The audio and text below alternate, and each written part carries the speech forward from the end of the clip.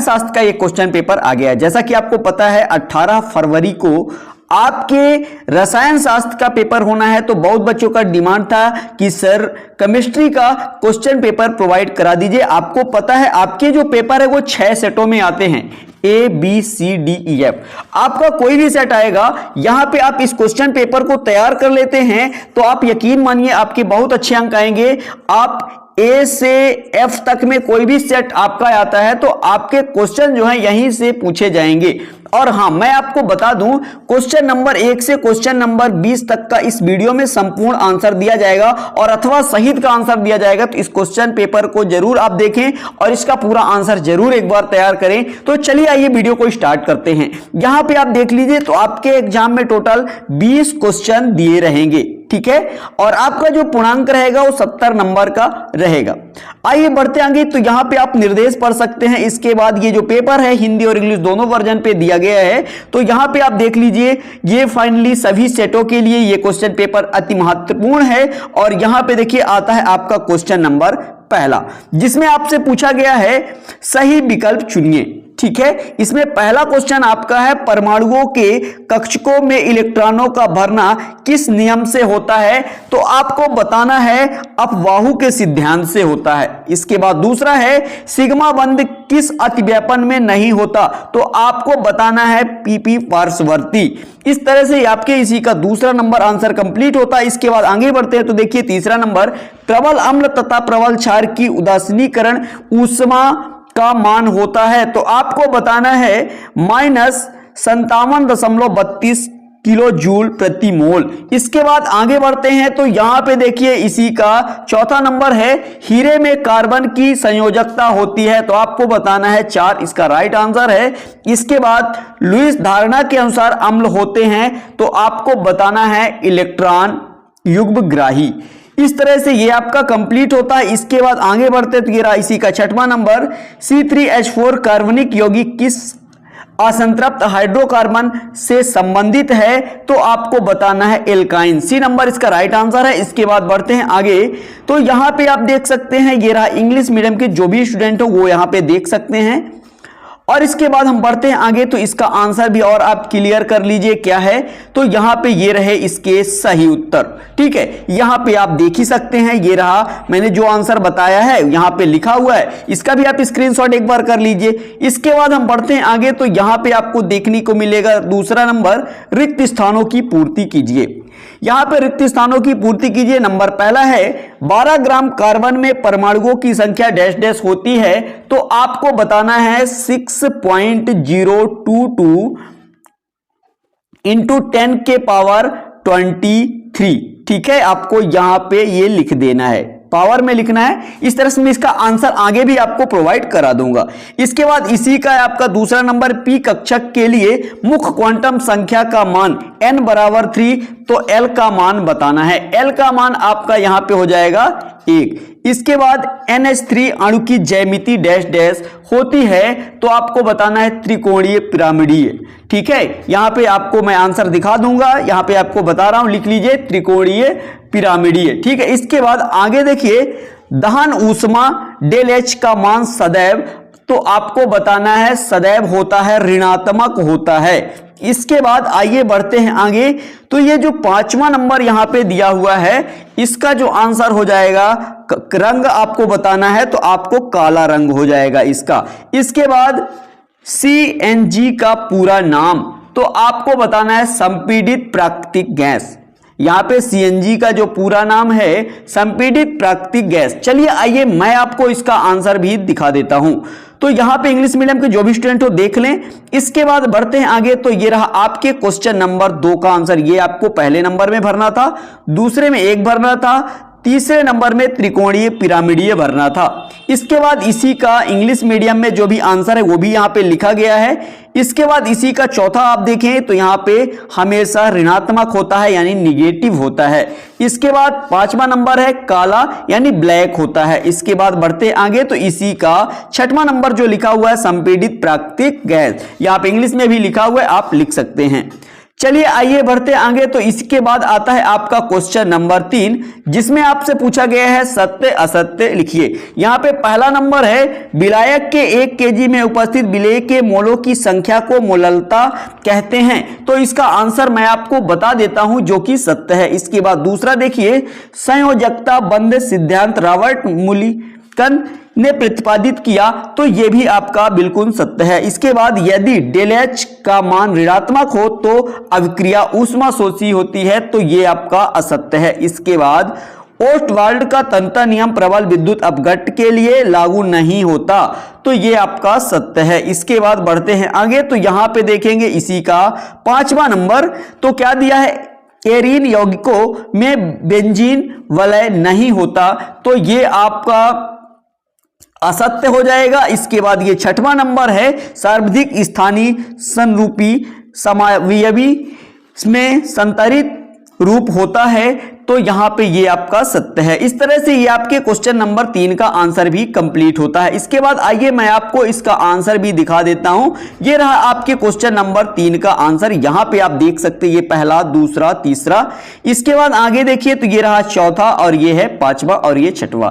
इस तरह से ये भी आपका कंप्लीट होता है। इसके बाद बढ़ते हैं आगे, तो आपका आता है सही जोड़ी मिलाइए। तो यहां पे आप सही जोड़ी देख सकते हैं, क्वेश्चन नंबर आपका 4 है। इसमें आपको मैं आंसर बता देता हूं। पहला नंबर जैसे दिया था न्यूट्रॉन, तो न्यूट्रॉन का जो आंसर हो जाएगा वो आपका हो जाएगा सी नंबर, यहां पे दिया है चैडविक, ठीक है। इसके बाद डेल जी, यहां पे इसका जो आंसर हो जाएगा एफ नंबर हो जाएगा ये यहां पे आंसर। इसके बाद तीसरा है नाइट्रोजन का आकलन, तो यहां पे इसका जो हो जाएगा वो डी नंबर हो जाएगा। इसके बाद देखिए चौथा है एल्केन एल्कीन एल्काइन बनाने की विधि, तो ये आपका कहलाता है बूटच अभिक्रिया। इसके बाद मेथेन नहीं बनता, तो यहां पे आपको बताना है ई नंबर, इसका राइट आंसर हो जाएगा। इस तरह से ये आपका कंप्लीट होता है। आइए मैं इसका आंसर भी आपको दिखा देता हूं। तो यहां पे लिखा गया है, आप देख सकते हैं, ये रहा इसका आंसर पूरा, ठीक है। इसका आप स्क्रीनशॉट कर लीजिए। इसके बाद हम बढ़ते हैं आगे, तो देखेंगे क्वेश्चन नंबर 5, जिसमें आपसे पूछा गया है एक शब्द या एक वाक्य में उत्तर लिखिए। यहां पे सर्वाधिक विद्युत ऋणी तत्व का नाम लिखिए। तो यहां पे जो सर्वाधिक विद्युत ऋणी तत्व का नाम है वो है फ्लोरीन, यानी एफ, ठीक है, फ्लोरीन होता है। यहां पे दूसरा नंबर, ताप बढ़ाने के साथ द्रव में गैसों की विलेयता पर क्या प्रभाव पड़ता है, तो आपको बताना है गैसों की जो विलेयता है वो घटती है, ठीक है। OF2 में O की ऑक्सीकरण अवस्था, तो यहां पे आपको बताना है +2। इसके बाद चौथा है तेल और पानी का पृथक्करण किस उपकरण द्वारा किया जाता है, तो आपको बताना है पृथक्करण कीप द्वारा। किसके द्वारा? कीप द्वारा, पृथक्करण कीप द्वारा, ठीक है। इसके बाद 5वां नंबर है एल्केन में CH व CC की आवंद लंबाई pm में लिखिए। तो यहां पे आपको मैं बता दूं, CH का जो हो जाएगा 109 pm हो जाएगा, और यहां पे जो CC का है वो हो जाएगा 154 pm हो जाएगा। इस तरह से ये आपके दोनों का आंसर कंप्लीट होता है। इसके बाद आइए मैं आपको क्वेश्चन नंबर 5 का भी आंसर दिखा देता हूं। यहां पे ये रहा क्वेश्चन नंबर 6। यहां पे आप क्वेश्चन 6 देख लीजिए, निम्न के मोलर द्रव्यमान परिकलित कीजिए, इनका मैं आपको आंसर दिखाऊंगा। इसका अथवा देख लीजिए, निम्नलिखित पूर्व लग्नों के गुणांकों को लिखिए। यहां पे जैसे दिया है माइक्रो, मेगा, गीगा, मिली। चलिए आइए मैं आपको क्वेश्चन नंबर 5 और 6 का आंसर दिखा देता हूं। तो यहां पे देखिए, ये रहा आपके क्वेश्चन नंबर 5 का पूरा आंसर। बढ़िया, आप आराम से इसको तैयार करिए, ठीक है। पहले नंबर में आपको फ्लोरीन लिखना था, दूसरा नंबर है गैसों की विलेयता घटती है, यहां पे तीसरा नंबर है +2, और इसके बाद जो चौथा है यहां पे पृथक्करण कीप, और यहां पे 5वें नंबर में आप देख सकते हैं CH का हो जाएगा 109 pm और CC का हो जाएगा 154 pm। इस तरह से आपके क्वेश्चन 5 का आंसर कंप्लीट होता है। इसके बाद बढ़ते हैं आगे, तो यहां पे आप देख लीजिए क्वेश्चन नंबर 6, जिसमें दिए गए यौगिकों के मोलर द्रव्यमान बताना है। तो यहां पे H2O यानी पानी का 18 ग्राम प्रति मोल। इसके बाद CO2 का हो जाएगा आपका कार्बन डाइऑक्साइड का हो जाएगा 44 ग्राम प्रति मोल। यहां पे NaCl सोडियम क्लोराइड का हो जाएगा 58.5 ग्राम प्रति मोल। इसके बाद यहां पे CH4 यानी मीथेन का हो जाएगा 16 ग्राम प्रति मोल। इसके अथवा की बात करते हैं तो यहां पे देखिए ये रहा अथवा, जहां की दिया हुआ है माइक्रो का हो जाएगा 10⁻⁻6 मिली एम, यानी इसका हो जाएगा 10⁻⁻3। इसके बाद देखिए मेगा का हो जाएगा m, यानी मेगा का हो जाएगा 10⁻6 और गीगा का हो जाएगा g और g का हो जाएगा 10⁻9। इसके बाद बढ़ते हैं आगे तो यहां पे देखिए बहुत मोस्ट क्वेश्चन जो कि सभी सेटों में पूछा गया लगभग, हुंड का नियम और अफवाहु का सिद्धांत। किसी सेट में हुंड का नियम है तो किसी सेट में अफवाहु का सिद्धांत है। तो ये दोनों क्वेश्चन कहीं ना कहीं आपको किसी ना किसी सेट में देखने को जरूर मिलेगा। बहुत ही महत्वपूर्ण प्रश्न है, इसको आप अच्छे से तैयार कीजिए। इसका आंसर भी मैं आपको दिखाऊंगा।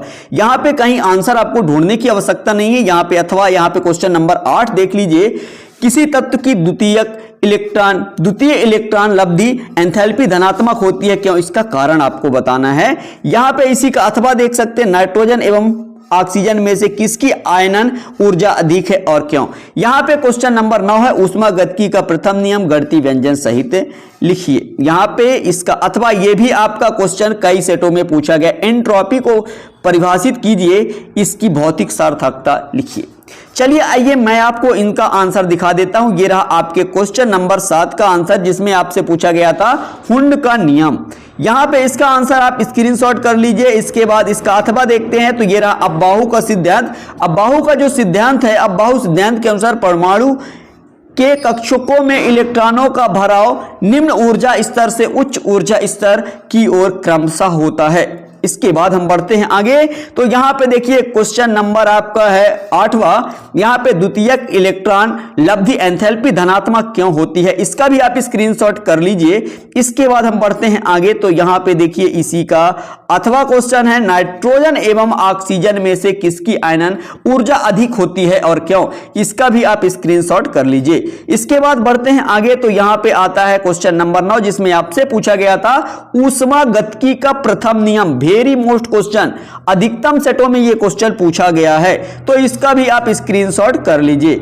इसकी गणितीय व्याख्या की बात की जाए तो यहां पे इसका गणितीय व्याख्या भी किया गया है। इसके बाद इसका अथवा क्वेश्चन है एंट्रोपी की परिभाषा और भौतिक सार्थकता। इसका भी आप स्क्रीनशॉट कर लीजिए। भौतिक सार्थकता यहां पे लिखा गया है तो यहां पे इसका भी स्क्रीनशॉट कर लीजिए। इसके बाद बढ़ते हैं आगे तो मिलेगा आपको क्वेश्चन नंबर 10। यहां पे देखिए ये आपके क्वेश्चन नंबर 10 है और इसका अथवा देख सकते हैं ये। इसके बाद बढ़ते हैं आगे तो यहां ये रहा क्वेश्चन नंबर आपका 11 और यहां पे इसका अथवा और पीएच स्केल को परिभाषित कीजिए। ये भी आप क्वेश्चन जो है अधिकतम सेटों में पूछा गया है। पीएच स्केल को परिभाषित कीजिए, वह गणितीय व्यंजन लिखिए, साथ ही अम्ल व क्षार का परास लिखिए। चलिए आइए मैं आपको इसका आंसर भी दिखा देता हूं। तो ये रहा आपका क्वेश्चन नंबर 10 का आंसर। दिए गए समीकरण के लिए साम्य व्यंजक, ये इसका आंसर है और यहां पे इसका आंसर पूरा आप नोट कर लीजिए। इसके बाद बढ़ते आगे तो इसी का अथवा है, तो इसका भी आंसर आप नोट कर लीजिए। पूरा स्क्रीनशॉट मैं दिखा देता हूं, यहां पे इसको आप नोट करिए और लिख कर तैयार कीजिए। जितना अधिक आप प्रैक्टिस करेंगे उतना अच्छा आपका अंक आएगा। बहुत बच्चे कमेंट करते रहते हैं कि सर ये पेपर आएगा कि नहीं आएगा, तो मैं बता दूं इसे आप तैयार कर लेते हैं तो आपके बहुत अच्छे अंक आएंगे, आपका चाहे कोई भी सेट आता हो। ठीक है, तो चलिए आइए बढ़ते हैं आगे। यहां पे क्वेश्चन नंबर 11 है जिसका आंसर दिया हुआ है आपके सामने। अम्ल और क्षार के बारे में पूछा गया था तो इसका भी स्क्रीनशॉट कर लीजिए। इसका उदाहरण भी यहां पे दिया गया है। इसके बाद बढ़ते हैं आगे तो ये रहा नेक्स्ट इसी का अथवा पीएच स्केल को परिभाषित कीजिए तथा इसकी गणितीय व्यंजक। ये पीएच स्केल की परिभाषा है और इसका गणितीय व्यंजन यहां पे दिया हुआ है, तो इसको भी आप नोट कर लीजिए। इसके बाद बढ़ते हैं आगे तो ये रहा आपका क्वेश्चन नंबर 12 जिसमें आपसे निम्नलिखित के IUPAC नाम पूछे गए हैं। यहां पे कुछ फॉर्मूलेस दिए हुए हैं जिनके आपको IUPAC नाम बताना है। ठीक है, इसके बाद बढ़ते हैं आगे तो यहां पे देखिए इसी का अथवा क्वेश्चन है, कार्बनिक यौगिकों में उपस्थित सल्फर का कोई एक लेंसरिंग परीक्षण समीकरण लिखिए। इसके बाद सीमांत अभिकर्मक को परिभाषित कीजिए। यह भी क्वेश्चन कई सेटों में आपके देखने को मिलेगा। इसके बाद इसी का अथवा है मोल अंश को परिभाषित कीजिए। यहां पे ये क्वेश्चन भी देखने को अधिकतम सेटों में मिलेगा। इसका आंसर की बात करते तो ये रहा आपके क्वेश्चन नंबर 12 का आंसर, जिसमें आपके सामने दिया हुआ है IUPAC नामकरण। तो जैसे CH3COOH यानी एथेनोइक अम्ल, यहां पे ये कहा जाएगा, इसका नाम है। इसके बाद बढ़ते हैं आगे, तो यहां पे दिया हुआ है CH3COCH3 प्रोपेनोन। तो यहां पे इसका भी आंसर देख सकते, ये रहा क्वेश्चन, इसी का C नंबर, इसी का D नंबर, यहां पे इसका आंसर आप नोट कर लीजिए। इसके बाद बढ़ते आगे, इसी का अथवा कार्बनिक यौगिकों की उपस्थिति में सल्फर का लेंसेनिंग परीक्षण।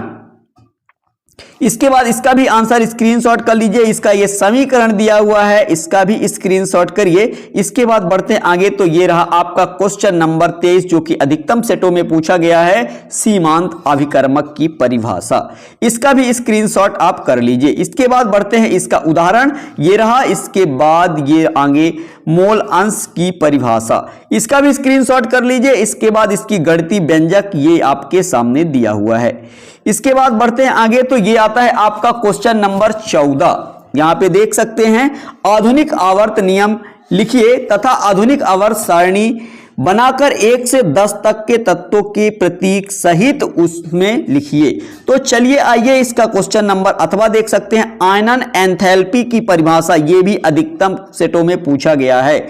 आवर्त व वर्ग में परिवर्तन किस प्रकार होता है, कारण सहित लिखिए। आइए बढ़ते हैं आगे, तो यहां पे देखिए, ये आपका क्वेश्चन सबसे ज्यादा सेटों में है। CP एवं CV में संबंध, बस सेट आपके चेंज रहते हैं, क्वेश्चन आगे पीछे रहते हैं, बाकी सेम क्वेश्चन रहते हैं, बहुत ज्यादा फर्क नहीं रहता। तो आपको ये सेट तैयार करके जाना है। CP एवं CV में संबंध, ये क्वेश्चन अच्छी तरह से आपको तैयार कर लेना है। चलिए आइए इसका अथवा देख लीजिए, ये भी आपको सिद्ध करना बनना चाहिए, ठीक है, अच्छी तरह से तैयार करिए। इसके बाद बढ़ते हैं आगे इसके आंसर की ओर। यहां पे देखिए 14 नंबर का आंसर आपके है आधुनिक आवर्त नियम। तो ये रहा इसका नियम, और इसके बाद बढ़ते हैं आगे, तो इसका सारणी, आप आवर्त सारणी देख लीजिए। आधुनिक आवर्त सारणी, ये परमाणु क्रमांक है, तत्व का नाम और प्रतीक है। जैसे परमाणु क्रमांक 1 है हाइड्रोजन, इसका जो संकेत यानी प्रतीक चिन्ह है वो H होता है। दूसरा helium He, lithium Li, beryllium Be, boron B, carbon C, nitrogen N, oxygen O, fluorine F और नियॉन Ne।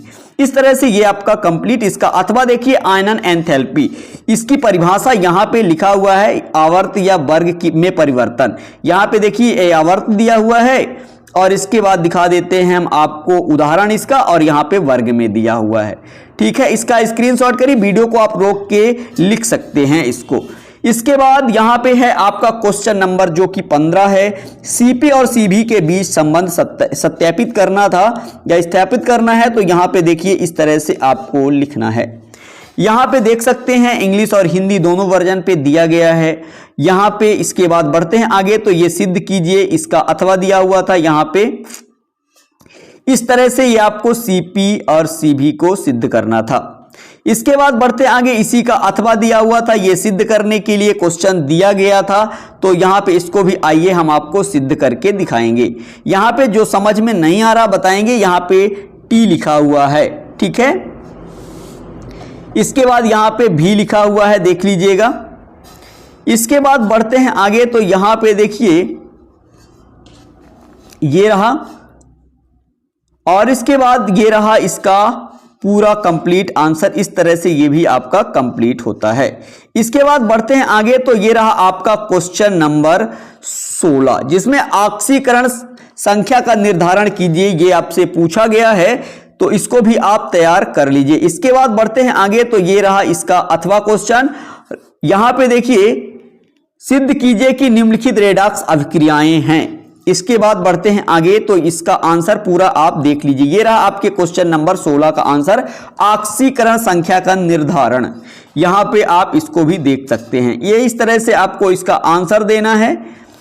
इसके बाद बढ़ते हैं आगे, यहां पे आप ध्यान दीजिएगा 0 लिखा हुआ है। इसके बाद बढ़ते हैं आगे तो ये रहा इसका आंसर। इसी का दूसरा पॉइंट है H2H2O7 में S की ऑक्सीकरण संख्या ज्ञात करना था। तो यहाँ पे जो S की ऑक्सीकरण संख्या है वो हो जाएगा 12, यानी ये यहाँ पे कितना लिखा हुआ है 6 लिखा हुआ है, ठीक है, +6। इसके बाद बढ़ते हैं आगे तो यहाँ पे आप देख लीजिए अगला दिया है K2MnO4 में Mn की ऑक्सीकरण संख्या निकालना था। यहाँ पे आप देख सकते हैं ये रहा, ये यहाँ पे 0 लिखा हुआ है इधर, यहाँ पे आप देख लीजिए। इसके बाद बढ़ते हैं आगे तो ये रहा, यहाँ पे भी आपका 0 ही है, ठीक है। इस तरह से ये भी आपका कंप्लीट होता है। इसके बाद ये रहा दूसरा पॉइंट, रेडॉक्स अभिक्रिया का सत्यापन। इस तरह से आपको लिखना है, ऑक्सीकरण संख्या में परिवर्तन, इस तरह से आपको करना है। इसके बाद ये रहा निष्कर्ष। इसके बाद बढ़ते हैं आगे तो इसी का दूसरा नंबर है, यहाँ पे आप देख लीजिए इसका भी आंसर, ये रहा निष्कर्ष। इस तरह से ये भी आपका कंप्लीट होता है। और हाँ, मैं आपको बता दूं ये आ गया आपका क्वेश्चन नंबर 17 जो है, सबसे ज्यादा सेटों में ये है, सिग्मा व पाई बंध में कोई 4 अंतर, ठीक है। ये क्वेश्चन को आप अच्छे तरह से रट के जाना, ठीक है, ये 100% ही देखने को मिलेगा। अबंधी आणविक कक्षक व प्रतिबंधी आणविक कक्षक में कोई 4 अंतर, इसको आप तैयार करके जाइएगा, ठीक है, सिग्मा व पाई बंध में अंतर। चलिए आइए इसका क्वेश्चन नंबर आप 18 देख लीजिए। इलेक्ट्रॉन, यहां पे देखिए क्वेश्चन नंबर 18, इसके बाद ये है क्वेश्चन नंबर 19, संकरण की परिभाषा लिखिए व कोई 2 आवश्यक शर्तें। यहां पे इसका दूसरा है sp, sp², sp³ sp3 sp(d)2 की ज्यामिति आकृति व बंध कोण लिखिए। चलिए आइए मैं आपको इन सभी का आंसर दिखा देता हूं। यहां पे देखिए सिग्मा पाई बंध में अंतर, अच्छी तरह से आप देख लीजिए, इसका स्क्रीनशॉट कर लीजिए फटाफट से। ये इस तरह से आपको लिखना है कॉलम बना के। इसके बाद इसी का दूसरा पॉइंट है, इसका तीसरा पॉइंट और ये है इसका चौथा पॉइंट, ठीक है, ये पूरा कंप्लीट। इसके बाद इसका अथवा का आंसर भी आप देख लीजिए, ये रहा इसका कॉलम, इस तरह से बनाना है, ऊर्जा स्तर, स्थिरता और इलेक्ट्रॉन घनत्व। और इसके बाद आगे बढ़ते हैं तो यहाँ पे इलेक्ट्रॉन घनत्व, इसके बाद क्या है निर्माण, ठीक है। इस तरह से ये भी आपका कंप्लीट होता है। इसके बाद ये रहा क्वेश्चन नंबर आपका 18 का आंसर, इसका भी आप स्क्रीनशॉट कर लीजिए। पहले में परिभाषा दिया हुआ है, इसमें स्थायित्व दिया है। इसके बाद आगे बढ़ते हैं तो ये रहा इलेक्ट्रॉन खिंचाव और इसका चौथा है कारण, ठीक है, ये भी आपका कंप्लीट होता है। इसके बाद ये रहा इसी का अथवा और यहां पे देखिए इलेक्ट्रॉन स्नेही और नाभिक स्नेही अभिकर्मकों में अंतर, यहां पे इसका भी आंसर आप नोट कर लीजिए। ये रहा परिभाषा, चार्ज और इसके बाद आगे बढ़ते हैं तो ये रहा उदाहरण और ये अभिक्रिया स्थल। इस तरह से ये भी आपका कंप्लीट होता है। इसके बाद संकरण, परिभाषा और शर्तें, ये रहा परिभाषा और ये रही आवश्यक शर्तें। इस तरह से ये भी आपका कंप्लीट होता है। इसी का दूसरा पॉइंट है विभिन्न संकरणों की ज्यामिति और बंध कोण, ये रहा संकरण का नाम और ज्यामिति और बंध कोण यहाँ पे दिया है। जैसे sp का रेखीय हो जाएगा 180 डिग्री, sp² यानी sp2 का हो जाएगा त्रिकोणीय समतल 120 डिग्री, यहाँ पे sp3 का हो जाएगा चतुष्फलकीय 109.5 डिग्री। इसके बाद हो जाएगा sp3d2 अष्टफलकाकार 90 डिग्री। इस तरह से ये आपका कंप्लीट। इसका अथवा क्वेश्चन देखेंगे क्वेश्चन नंबर 19 का, यहां पे देखिए ये रहा क्वेश्चन नंबर 20। चलिए आइए मैं आपको इन सभी का आंसर दिखा देता हूं। इसके बाद ये आखिरी क्वेश्चन है, ये 19 का अथवा है, देख सकते हैं इसका आंसर ये रहा। और इसके बाद बढ़ते हैं आगे तो ये रहा नेक्स्ट और ये चौथा पॉइंट है। यहां पे देखिए विभिन्न अणुओं की ज्यामिति, यहां पे AB का जैसे दिया हुआ था, AB2 का दिया हुआ है, यहाँ पे AB3 का दिया हुआ है, AB4 का दिया हुआ है। इस तरह से ये भी आपका कंप्लीट। यहाँ पे 20 नंबर क्वेश्चन है और अंतिम क्वेश्चन है हकल नियम और एरोमेटिकता की आवश्यक शर्तें, ठीक है। तो यहाँ पे इसका नियम नोट कर लीजिए, यहाँ पे इसकी शर्तें भी यहाँ पे दिया गया है, तो इसका आप स्क्रीनशॉट कर लीजिए। और ये इसका उदाहरण रहा। इसके बाद बढ़ते हैं आगे तो केवल रासायनिक समीकरण, यहाँ पे आप देखेंगे A नंबर और इसका B नंबर, ठीक है। इसके बाद बढ़ते हैं आगे तो इसका अथवा क्वेश्चन दिया हुआ था बूटज अवक्रिया समीकरण लिखिए। यहाँ पे इसका दूसरा पॉइंट है केवल रासायनिक समीकरण लिखिए। ए और बी पॉइंट दिए। चलिए आइए मैं आपको इस 20 नंबर के अथवा का भी आंसर आपको दिखा देता हूं। तो यहां पे ये है आपके इसी के अथवा का आंसर, आप देख सकते हैं ये रहा, और ये सामान्य समीकरण दिया हुआ है। इसके बाद बढ़ते हैं आगे, तो यहां पे देख सकते हैं ये रहा। इसके बाद ये इस तरह से कंप्लीट